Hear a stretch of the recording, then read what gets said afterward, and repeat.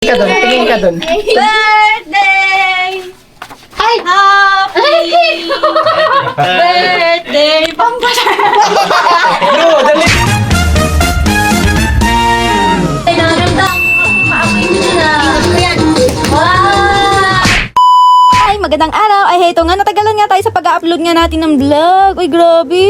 Sawari ko nga namimiss niyo yung kaingayan ko sa vlog. Ay, heto na nga. Meron na nga tayong maya-upload. Ay, huy, Emi. Actually, nung birthday pa ito ng pinsan ko, pero ngayon ko lang maya-upload. Ay, ayun na nga, wala na nga paligoy-ligoy. Nandito nga pala kami sa tindahan kung saan nga ni ako na-order ng takoyaki. At dito na nga, naka-order na nga pala kami. Siyempre, hindi mawawala dyan ang aking baby. Laging kasama yan sa mami. Dahil nga kasama yung baby ko, ay parehas nga kami dito ng suot. Dahil nga sa kagustuhan ko, na couple nga kaming mag-ina. Ay dahil nga couple kami, napapagkamalan kami naka-uniform. Ay kainama. Bigla ko nga lang talagang naisip na umorder nga muna nitong takoyaki para maipasalubong at pa-birthday ko na din sa pinsan ko. Hindi lang yan, meron din nga pala tayo ditong dalang ginawa ko kagabi na graham. Ang flavor nga ni ay mango. Mango graham ba? O nakita nyo yung diaper? Huy, dala-dala ko talaga yan.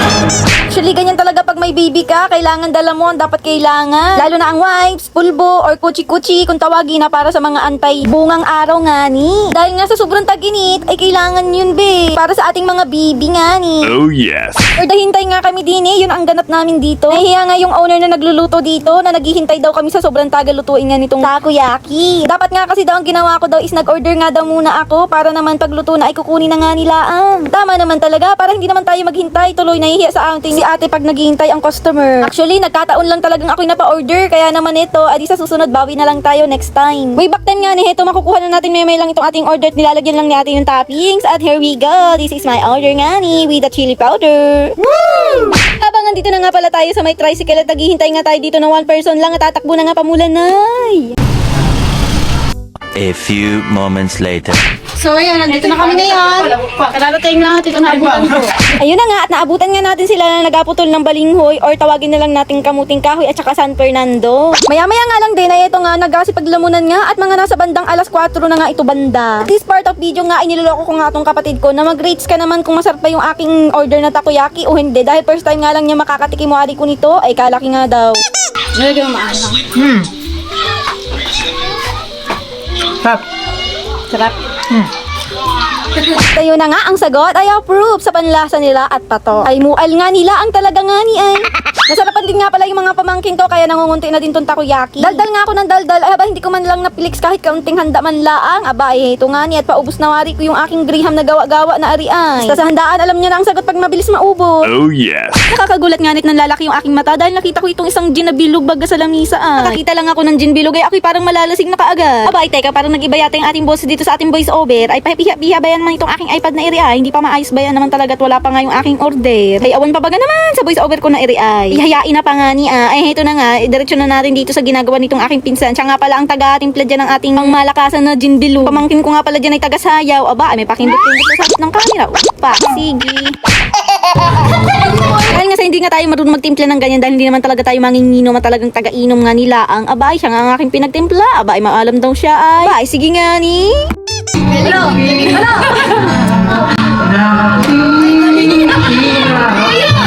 Eh, ganun man talaga yun. Wala lahat sunog. Ano magkasunog? Wow! Natagal ay nagandang paapoy mo dyan Wow!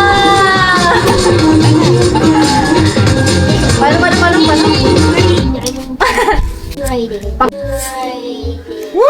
Perfect. At this moment nga, inabot na nga pala kami dito ng gabi at dito nga sa part na tayo umalis nga ako at kung inyo nga napapansin ay binibidyohan nga dito sa labas dahil nga umalis nga kami mag-asawa at nandito na nga yung asawa ko. Nag-start na nga pala kami dito mag-inuman at heto iniwan ko nga sila dito saglit pero nakalimutan ko nga nakakonect nga pala sa hotspot ko yung aking iPad. Wala, grabe mga be. Actually talaga ay hindi talaga sila nakakanta nun. Biglaan lang talaga ang pangyayaring ito dahil nga kaya naman ito ay nagkaroon ng video. Pinuntahan ko nga yung aking pamangkin at sabi ko bidyuhan niya kamo dahil may pa-surprise nga ako. Ang totoo talaga niyan, ang nag-isip talaga no na yung asawa ko, na isurprise ko nga daw yung aking pinsan. Bumili nga kami ng maliit na cake. Para na nga ni naman da kompleto ang pa-birthday at kakuntsaba ko nga rin dito yung kapatid ko dahil alam na niya kahit hindi na sabihin. Gets na gets baga. At maya-maya nga lang ay eto na, parating na nga ako dito. Hindi ko na nga tinaggal sa box dahil mahangin at namamatay yung sindi ng ating kandila. Dahil nga may pagkaloka-loka ako ay pakinggan nyo na lang kung anong kanta ko. Tingin ka dun. Birthday!